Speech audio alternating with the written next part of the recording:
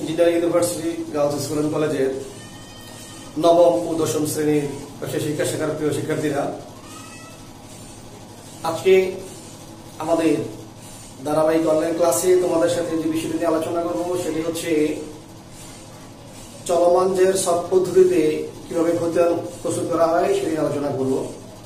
তোমাদেরকে আগের ক্লাসে টি সব পদ্ধতিতে একটি খতিয়ান প্রস্তুত করে সেখান থেকে তোমাদের আমি উদ্বৃত্ত নির্ণয় করা শিখিয়েছিলাম। আশা করি তোমরা টি সব পদ্ধতির খতিয়ান করতে এখন পারছ। আজকে তোমাদের সাথে আমি সেই তথ্য দিয়েই চলমান জের সব পদ্ধতিতে খতিয়ান প্রস্তুত করে তোমাদের শিখাবো। চলমান জের সব পদ্ধতি টি সব পদ্ধতির তুলনায় আরো অনেক সহজ এবং আধুনিক, এই জন্য এটাকে আধুনিক পদ্ধতি বলা হয়, চলমান জের সব পদ্ধতি বা আধুনিক পদ্ধতি। এই চলমান জের সব পদ্ধতি শব্দটার নাম শুনেই নাম থেকে বোঝা যাচ্ছে যে এটি জের শব্দের অর্থ তোমরা জানো উদ্বৃত্ত, মানে যেটা আমরা টি সব পদ্ধতিতে হিসাবকাল শেষে অর্থাৎ সমস্ত তথ্য লিপিবদ্ধ করার পর মাসের শেষে আমরা যে উদ্বৃত্ত নির্ণয় করেছি সেই উদ্বৃত্তটাকে জের বলা হয়, বা শেষ উদ্বৃত্ত বা বছরের শেষ বা মাসের শেষে যে হাতে নগদ বা যে টাকা হাতে থাকে বা ডেবিট ক্রেডিটের যে পার্থক্য সেটাকে আমরা জের বলি বা উদ্বৃত্ত বলি। টি সব পদ্ধতিতে যে টাকাটা বলা হয় চলমান জের সব, অর্থাৎ এখানে যেটা চলমান থাকবে, অর্থাৎ চলমান জের সব পদ্ধতিতে প্রতিটি লেনদেন লিপিবদ্ধ করার পরপরই উদ্বৃত্ত নির্ণয় হবে। অর্থাৎ টি সব পদ্ধতিতে খতিয়ানের উদ্বৃত্ত জানা যায় হিসাবকালের শেষে, আর চলমান জের সব পদ্ধতিতে প্রত্যেকটা লেনদেনের পরই তার উদ্বৃত্ত নির্ণয় হয়ে যায়, উদ্বৃত্ত জানা যায় তার উদ্বৃত্তের পরিমাণ কত, অর্থাৎ তারিখ অনুযায়ী তার উদ্বৃত্ত নির্ণয় হয়ে থাকে। অর্থাৎ যত তারিখ পর্যন্ত লেনদেন চলতে থাকবে যে প্রতিবারই উদ্বৃত্ত বা জের বের হবে, এবং শেষ উদ্বৃত্তটি হচ্ছে তার ফাইনাল জের বা ফাইনাল উদ্বৃত্ত, যেটা মাস শেষে বের হয়ে থাকে। টি সব এবং চলমান জের সবে মাস শেষে উদ্বৃত্ত পরিমাণ একই হবে, শুধু পার্থক্য হচ্ছে যে টি সবে উদ্বৃত্ত নির্ণয় হয় শুধু মাসের শেষে একবার, আর চলমান জের সব পদ্ধতিতে উদ্বৃত্ত নির্ণয় হবে প্রতি লেনদেনের পরপর, মানে প্রত্যেক লেনদেন লিপিবদ্ধ হলেই উদ্বৃত্ত পরিবর্তন হবে, হয় বৃদ্ধি পাবে না হয় হ্রাস পাবে। এই হচ্ছে চলমান জের সব আর টি সবের মধ্যে পার্থক্য। তো তোমাদেরকে আমি লাস্ট ক্লাসে নবদান বই করে টি সব পদ্ধতিতে যে খতিয়ানটি দেখিয়েছি, আজকে সেই তথ্যগুলা দিয়ে চলমান জের সব পদ্ধতিতে কিভাবে খতিয়ান প্রস্তুত করতে হয় সেটা তোমাদের আজকে শিখাবো। টি সব এবং চলমান জের সব দুটি খতিয়ানে সবে কিছু পার্থক্য রয়েছে। তো আজকে তোমরা সবাই খাতা কলম পেন্সিল স্কেল ক্যালকুলেটর হাতের সামনে নিয়ে নাও, নিয়ে আমার সাথে চলমান জের সব পদ্ধতি তোমরা একটি ঘর আঁকো। দেখো চলমান জের সব পদ্ধতি।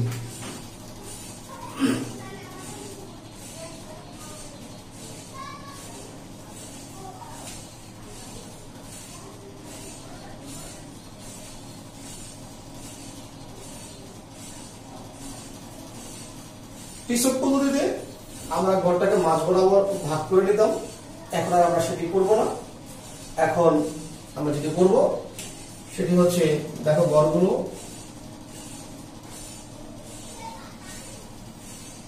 প্রথম আমরা তারিখের ঘর দেব,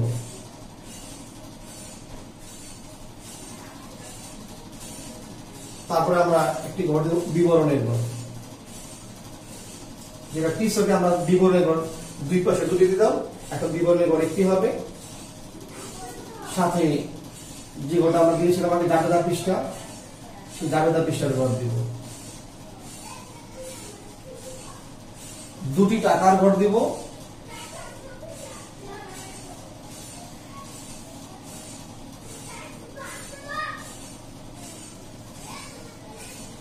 টাকার ঘর দিব আমরা দুটি। কটি ঘর হলো এখানে? তারিখ, বিবরণ, জাবেদা পৃষ্ঠা দুটি টাকার ঘর, ডেবিট টাকা, ক্রেডিট টাকা। আর এই ঘরটিকে লিখবো আমরা জের বা উদ্বৃত্ত।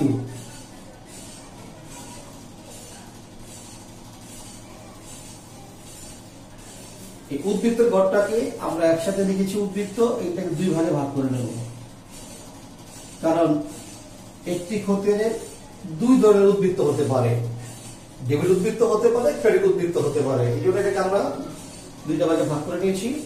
আর খতিয়ানে আমরা নিচে একটা সীমা রেখা দিয়ে দেব। তোমরা আগে এই রেখাটা আগে টেনে তার সমান করে ঘরে পো, তাহলে ঘরটা দেখতে সুন্দর লাগবে।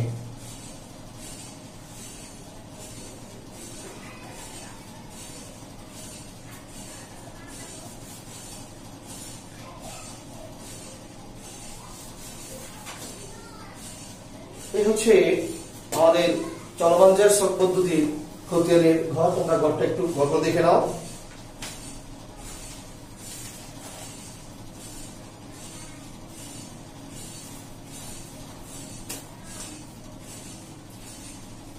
দেখেছেন নিশ্চয়ই সবাই।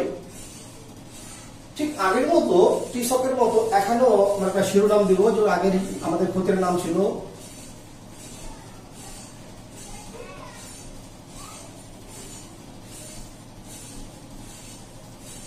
নগদান হিসাব। এখন আমরা লিখবো নগদান হিসাব। টিশকে আমরা একদিকে লিখেছি ডেবিট, আর একদিকে লিখেছি ক্রেডিট। যেহেতু এখানে খতিয়ান আমরা দুই ভাগে ভাগ করিনি, এখন ডেবিট ক্রেডিট আলাদা করে নেই। ডেবিট ক্রেডিট আমরা একসাথে পাশাপাশি লিখছি। এখন আর উপরে ডেবিট ক্রেডিট লিখবো না। চলমান জের শখ পদ্ধতিতে এখানে খতিয়ানের একটি নির্দিষ্ট কোড নাম্বার থাকবে, এখানে লিখবো হিসাবের কোড নাম। অর্থাৎ প্রত্যেকটি খতিয়ানে একটি করে কোড নাম্বার থাকবে, যে কোড নাম্বার থেকে বুঝবো আমরা কোনটা কোন খতিয়ান। হিসাবে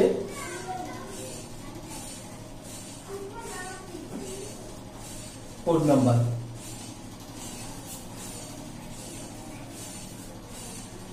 এই ঘরের নাম লিখবো আমরা তারিখ।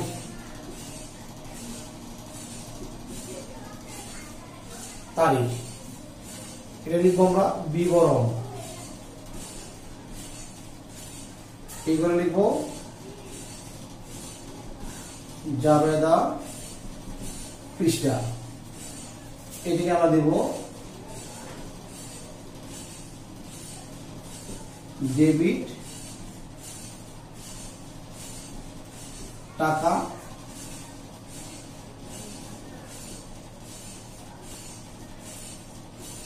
ক্রেডিট টাকা। আর এই ঘরে আমরা লিখবো জের বা উদ্বৃত্ত। তোমরা উদ্বৃত্ত লিখতে পারো, জের লিখতে পারো। আমি দুটি লিখে দেখাচ্ছি। দুটি লিখবে না, যে কোনো একটি লিখবে, জের অথবা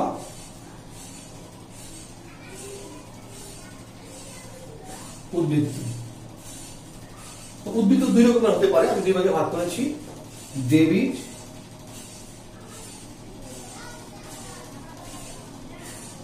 অথবা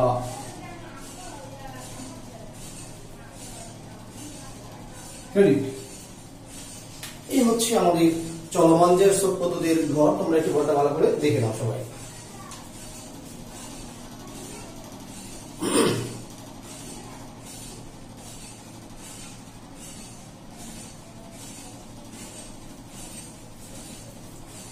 নিশ্চয়ই তোমরা ঘরটি সবাই লক্ষ্য করেছ। যে আমি আবারও বলছি, চলমান জের শখ এবং টিশক আমরা একই তথ্য দিয়ে কাজটি করব। দেখো নাম দিয়েছি নগদান হিসাব। পার্থক্য ছিল, আগে আমরা টিশকে দুই ভাগে ভাগ করেছিলাম। ডেবিট দিকে 4 ঘর, ক্রেডিট দিকে 4 ঘর, মোট 8 ঘর ছিল। আর এখন আমরা ওইভাবে না করে ঘরগুলো এখানে নির্ধারিত, যে তারিখের ঘর থাকবে একটি, বিবরণের ঘর থাকবে একটি, জাবেদা পৃষ্ঠার ঘর থাকবে একটি, আর টাকার ঘর থাকবে 4টি। 4টি টাকার ঘরের মধ্যে দুটি আমাদের জাবেদার যে টাকার অবস্থান, ডেবিট দিকে টাকা, ক্রেডিট দিকে টাকা, সেই জাবেদার জন্য দুটি টাকার ঘর থাকবে, যেটা আমরা জাবেদা থেকে খতিয়ানে পোস্টিং দেবো। পোস্টিং লেনদেন পোস্টিংয়ের জন্য দুটি টাকার ঘর থাকবে। আর সেই জাবেদার টাকার ঘরের উপর ভিত্তি করে, তাছাড়া আবার বলছি তোমাদেরকে, আমাদের জাবেদায় যে লেনদেন লিপিবদ্ধ করেছি, যে দুটোর নাম নগদান হিসাব, এই নগদ লেনদেনের জন্য যে হিসাব খাতগুলো রয়েছে জাবেদায় ডেবিট এবং ক্রেডিট, সেই জাবেদার ডেবিট ক্রেডিট খাতগুলো লেখার জন্য টাকার পদ্ধতি টাকার ঘর রেখেছি আমরা, ডেবিট টাকা ক্রেডিট টাকা। এই টাকাগুলো লেখার পরে এই টাকার উপর ভিত্তি করে আমাদের যে ব্যালেন্স নির্ণয় হবে বা যে জেয়ার নির্ণয় হবে, যে উদ্বৃত্ত নির্ণয় হবে, সেই জন্য আমরা দুটি উদ্বৃত্তের ঘর রেখেছি, যে আমাদের ডেবিট উদ্বৃত্ত হতে পারে, ক্রেডিট উদ্বৃত্ত হতে পারে। তো এই উদ্বৃত্ত আমাদের প্রতিটি লেনদেনের পরপরই আমরা নির্ণয় করব, যেটি আমরা টি স্টকে করেছি একেবারে হিসাবকালে শেষে। তো আজকে এই চলমান জের স্টক পদ্ধতির খতিয়ান করার পরে তোমাদের দুটি পদ্ধতি করা হয়ে যাবে। তোমরা দুটি পদ্ধতি করতে চেষ্টা করবে। এরপরে আমি তোমাদের সরাসরি আমাদের বইয়ের উদ্দীপকের আলোকে অঙ্ক করে দেখাবো। প্রিয় শিক্ষার্থীরা, দেখো লাস্ট ক্লাসে আমরা যে খতিয়ান করেছিলাম টি স্টকে, সেখানে তারিখ ছিল 2017 মার্চ মাসের 1 তারিখ। সে উদ্দীপক ছিল বইয়ের 85 পৃষ্ঠা।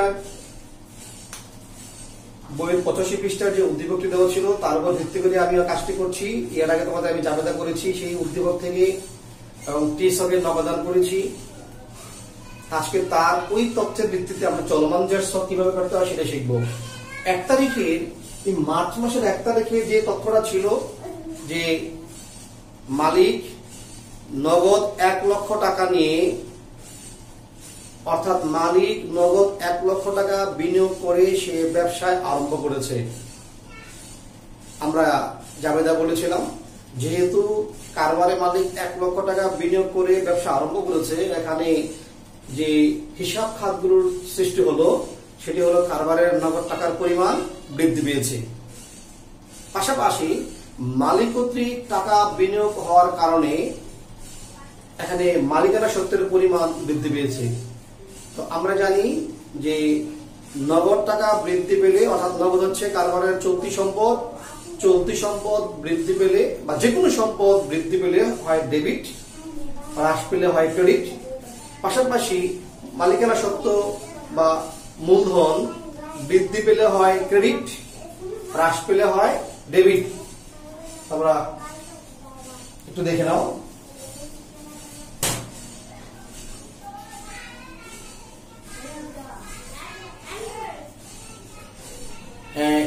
এখানে যেহেতু নগদ টাকার পরিমাণ বৃদ্ধি পেয়েছে, তাই আমরা জাবেদা বলেছিলাম নগদান হিসাব ডেবিট, মূলধন হিসাব ক্রেডিট।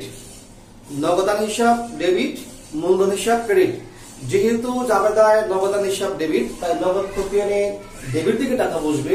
আমি তোমাদের টি স্টকেও বলেছি, বাট খতিয়ানে লিপিবদ্ধ করার সময় নামটি বসবে বিপরীত হিসাব খাত। এখানে বিপরীত হিসাব খাত হচ্ছে মূলধন হিসাব। আমরা লিখবো এখানে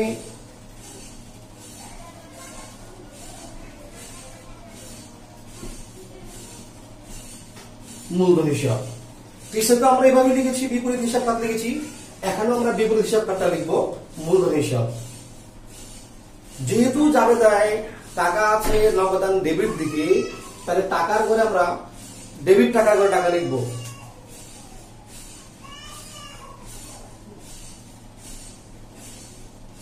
এক লক্ষ টাকা আমরা জাবেদায়, জাবেদার টাকার ঘর, জাবেদার যদি টাকা থাকবে নগদানের, আমরা টাকাটা সেদিকে লিখবো। তাহলে মূলধন হিসাব লিখে ডেবিট দিকে লিখবো 1 লক্ষ টাকা। আর যেহেতু আমরা প্রত্যেকটি লেনদেন লিপিবদ্ধ করার পর আমাদের সঙ্গে সঙ্গে উদ্বৃত্ত নির্ণয় হয়ে যাবে, তো যেহেতু আমার টাকা ডেবিট দিকে আসছে, এখন আমার উদ্বৃত্ত ডেবিট দিকে হবে, যে ডেবিট উদ্বৃত্ত সৃষ্টি হবে 1 লক্ষ টাকা।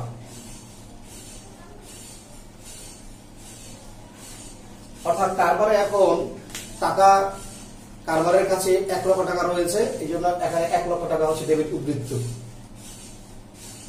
আমি আবারও বলছি তোমাদেরকে, দেখো প্রথমে আমরা জাবেদার আলোকে বিপরীত হিসাব খাতটি লিখে বিবরণের ঘরে লিখবো মূলধন হিসাব। জাবেদা ছিল আমাদের নগদান হিসাব ডেবিট, যেহেতু নগদ খতিয়ান, তাহলে নগদ খতিয়ানে অন্তর্ভুক্ত হবে। এখানে বিপরীত নাম হবে মূলধন হিসাব। লিখে জাবেদা টাকা ডেবিট দিকে আছে, আমরা টাকা ডেবিট করে লিখবো।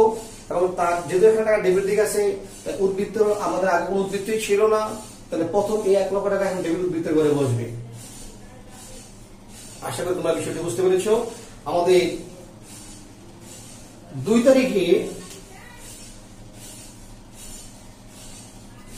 মার্চের 2 তারিখে যে লেনদেনটি ছিল সেটি ছিল আসবাবপত্র ক্রয় 20,000 টাকা। আসবাবপত্র ক্রয়ে আমি তোমাদেরকে জাবেদা লিখে শিখিয়েছি এভাবে, আসবাবপত্র হচ্ছে ব্যবসার একটি স্থায়ী সম্পদ। তা আসবাবপত্র ক্রয় করার কারণে এখানে স্থায়ী সম্পদের পরিমাণ বৃদ্ধি পেয়েছে। জাবেদা ছিল আসবাবপত্র হিসাব ডেবিট, নগদান হিসাব ক্রেডিট। তা তোমরা আমাকে বলো এখানে নগদান কি হয়েছে, জাবেদায় ক্রেডিট হয়েছে। তো সুতরাং টাকা বসবে ক্রেডিট দিকে। বিপরীত হিসাব কি আছে এখানে, আসবাবপত্র হিসাব। তাই আমরা এখানে লিখবো আসবাবপত্র হিসাব।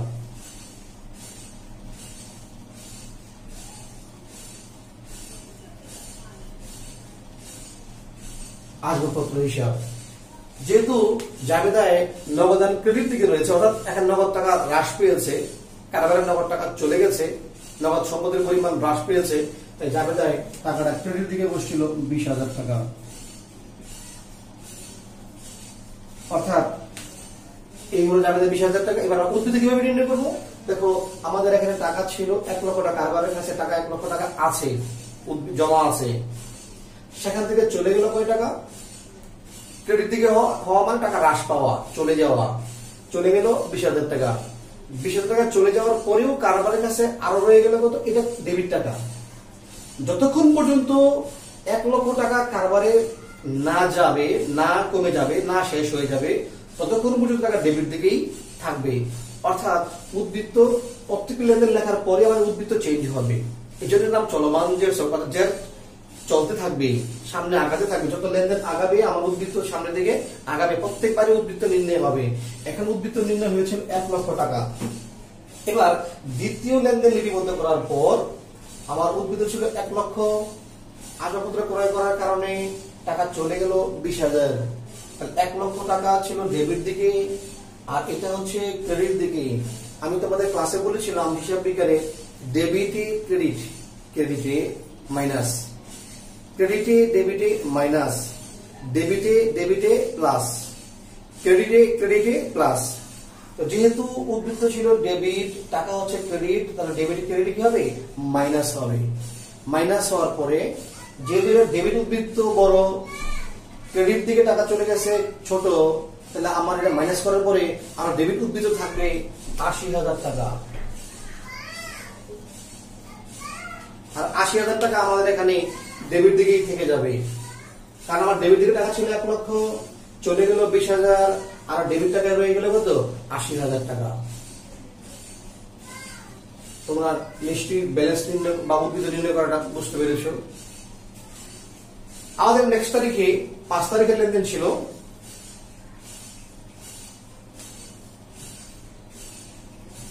তারিখ 5, লেনদেন ছিল বিক্রয় হিসাব, মানে পণ্য নগদে বিক্রয় করা হয়েছিল, পণ্য বিক্রয়। তো যেহেতু এখানে পণ্য বিক্রয় করা হয়েছে, আমরা জাবেদা বলেছিলাম নগদান হিসাব ডেবিট, বিক্রয় হিসাব ক্রেডিট। তো এখানে জাবেদা আমাদের কি দাঁড়ালো? নগদান ডেবিট দিকে, মানে অর্থাৎ নগদ সম্পদের পরিমাণ বৃদ্ধি পেয়েছে। কোন উৎস থেকে টাকাটা আসছে? বিক্রয় থেকে। তাহলে আমরা বিপরীত হিসাব কি লিখবো? বিক্রয় হিসাব লিখবো।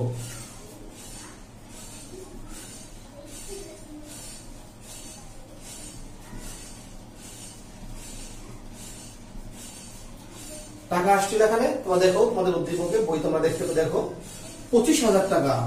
এই যে নগদান ডেবিট দিকে আছে, আমরা এটাকে ডেবিট দিকে লিখবো 25,000 টাকা। এবারে একটু দেখো আমি বলেছি কি প্রত্যেকটা লেনদেন লেখার পরই আমাদের উদ্বৃত্ত কি হবে? পরিবর্তন হবে। উদ্বৃত্ত আমাদের সামনে আগাতে থাকবে।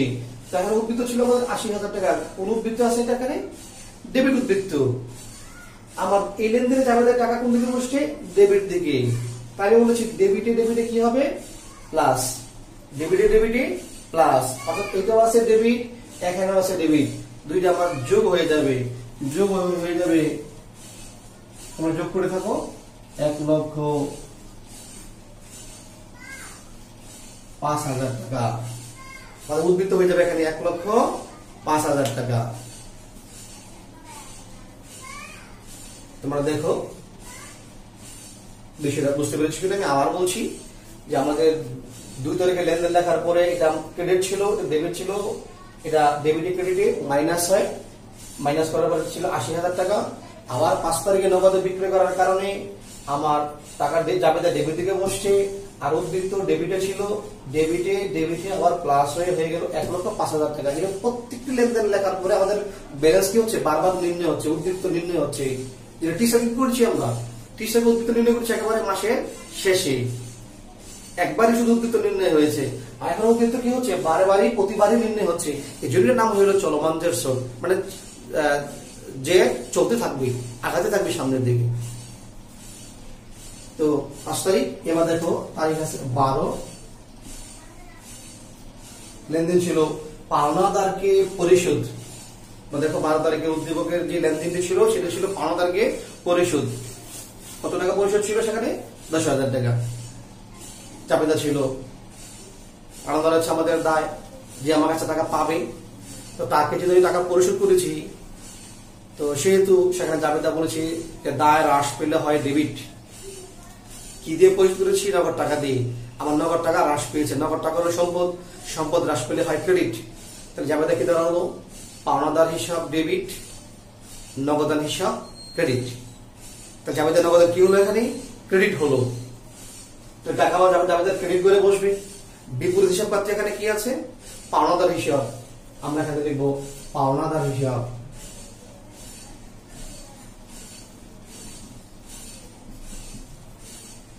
টাকা দিয়েছি ক্রেডিট। তোমরা বলো আমাদের উদ্বৃত্ত আমরা কিভাবে নির্ণয় করব? দেখো তোমরা খেয়াল করে, এটা আমাদের উদ্বৃত্ত আছে কোন দিকে? ডেবিট দিকে, 1,05,000 টাকা। আর এবার আমার টাকা চলে গেল 10,000 টাকা ক্রেডিট দিকে। ডেবিট ক্রেডিট কি হবে? নিশ্চয়ই মাইনাস হবে। নিশ্চয়ই কি হবে? মাইনাস হবে। যদি মাইনাস, কারণ উদ্বৃত্ত ডেবিটে, এটা হচ্ছে ক্রেডিটে, ডেবিটে ক্রেডিটে মাইনাস। এটা আছে ডেবিট উদ্বৃত্ত 1,05,000 টাকা চলে গেছে 10,000, নিশ্চয়ই ডেবিট দিকে টাকা আমার বড়। সুতরাং এটা মাইনাস করার পরও আমার ডেবিট কত টাকা থাকবে? আমার কাছে আরো ডেবিট টাকা থাকবে 95,000 টাকা থাকবে আরো ডেবিট দিকে। তো নিশ্চয়ই ব্যালেন্সটা নির্ণয় করতে পারছো বা বুঝতে পারছো। এবার আসো আমাদের 15 তারিখ। 15 তারিখের লেনদেনটি দেখো তোমরা, তোমাদের উদ্দীপকে দেখো।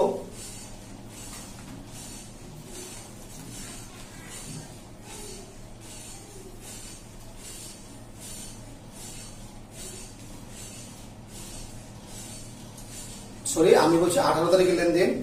ব্যাংকে হিসাব খোলা হলো 15,000 টাকা দিয়ে, ব্যাংক হিসাব খোলা হলো 15,000 টাকা দিয়ে।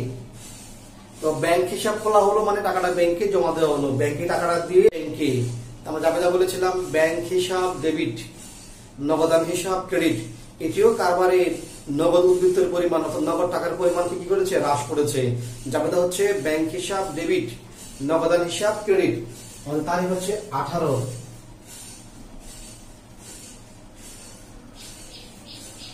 জাবেদা নগদান কি হলো? এখানে ক্রেডিট, তার টাকা বলবে ক্রেডিটে। বিপরীত হিসাব করতে কি? ব্যাংক হিসাব।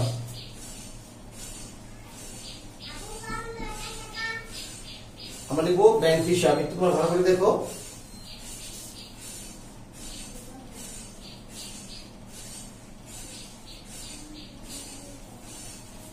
ব্যাংক হিসাব,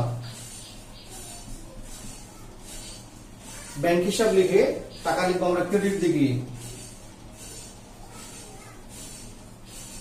15,000 টাকা। এবারও খেয়াল করে দেখো, তোমরা উদ্বৃত্ত নিজের একটা নির্ণয় করার চেষ্টা করে দেখো। এটা উদ্বৃত্ত কোন দিকে ছিল? ডেবিট দিকে। কয় টাকা? 95,000 টাকা। আর ব্যাংকে টাকা জমা দিলাম কত? 15,000 টাকা। কোন দিকে হলো? ক্রেডিট দিকে। তাহলে ডেবিট ক্রেডিটে কি হয়? মাইনাস হয়। তাহলে ডেবিট 95,000 চলে গেল 15,000। তাহলে আমার আরো ডেবিট কত টাকা রইলো?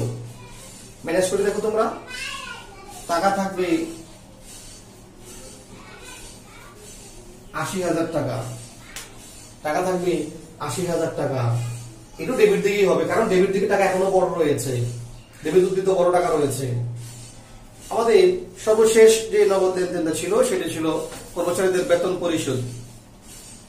তারিখ ছিল 28। 28 তারিখে আমাদের নগদ লেনদেন ছিল কর্মচারীদের বেতন পরিশোধ, যারা বলেছিলাম আমরা বেতন হিসাব ডেবিট, নগদান হিসাব ক্রেডিট। তাহলে আমরা এখানে নগদান কোন দিকে আসছে? ক্রেডিট দিকে। বিপরীত হিসাব কত হচ্ছে? বেতন হিসাব। টাকা ছিল 5,000 টাকা। এবার তোমরা নির্ণয় করে থাকো উদ্বৃত্ত কিভাবে নির্ণয় হবে। এখানে আমার টাকা আছে 80,000 টাকা, ডেবিট উদ্বৃত্ত। এবার ক্রেডিট দিকে চলে গেল টাকা 5,000 টাকা। ডেবিট ক্রেডিটে কি হবে? মাইনাস হবে।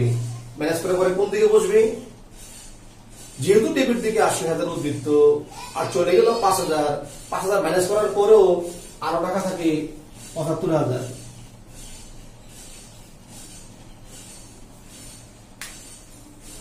আমরা আমাদের এই উদ্দীপকের আলোকে এই ছিল আমাদের নগদ লেনদেন গুলো লেখার পরে সর্বশেষ আমার উদ্বৃত্ত দাঁড়ালো মাস শেষে 75,000 টাকা। কৃষকে আমরা মাস শেষ হলে পরে দুদিক যোগ বিয়োগ করে মাস শেষে আমরা ব্যালেন্স সিডি লিখতাম। এখানে এই টাকাটি হচ্ছে আমাদের ব্যালেন্স সিডি। এখানে আর ব্যালেন্স সিডি লেখার কোনো প্রয়োজন নেই।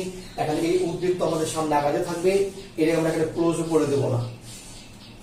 সমান্তরাল লেখা টেনে জেড টেনে আমরা বন্ধ করবো না, যেহেতু আমাদের জেডটা টেনে থাকবে, সামনে এগোতে থাকবে। পরবর্তী মাসে আমরা আবার নতুন করে যে এই 75,000 টাকা দিয়ে আমাদের নগদ উদ্বৃত্ত দিয়ে শুরু হবে। নগদ উদ্বৃত্ত বা যেটা আমরা বলি ব্যালেন্স বিডি বা বিএফ লিখে আমরা এটা শুরু করে দেব। তারপরে আমাদের আবার লেনদেনগুলো দিয়ে কাজ আমরা শুরু করব। এই হচ্ছে আমাদের চলমান যে সব পদ্ধতি।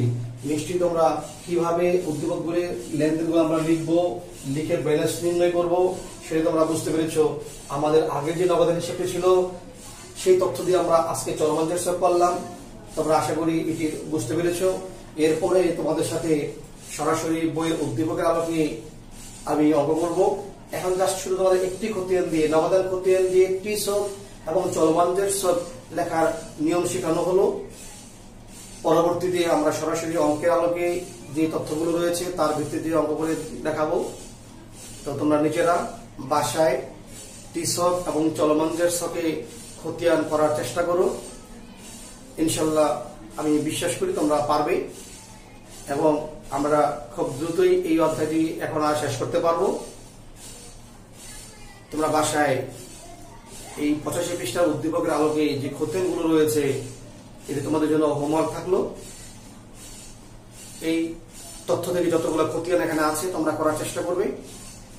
আমি আশা করি তোমরা সবাই পারবে ইনশাল্লাহ। তো পরবর্তী ক্লাসে আমরা বইয়ের সৃজনশীল যে প্রশ্নগুলো রয়েছে সেই প্রশ্নের আলোকে তোমাদেরকে উত্তর দেওয়ার চেষ্টা করবো, আমরা করে দেখাবো আমি ক্লাসে। তো সে পর্যন্ত তোমরা সবাই ভালো থাকো, সুস্থ থাকো। তোমাদের সকলকে অসংখ্য ধন্যবাদ।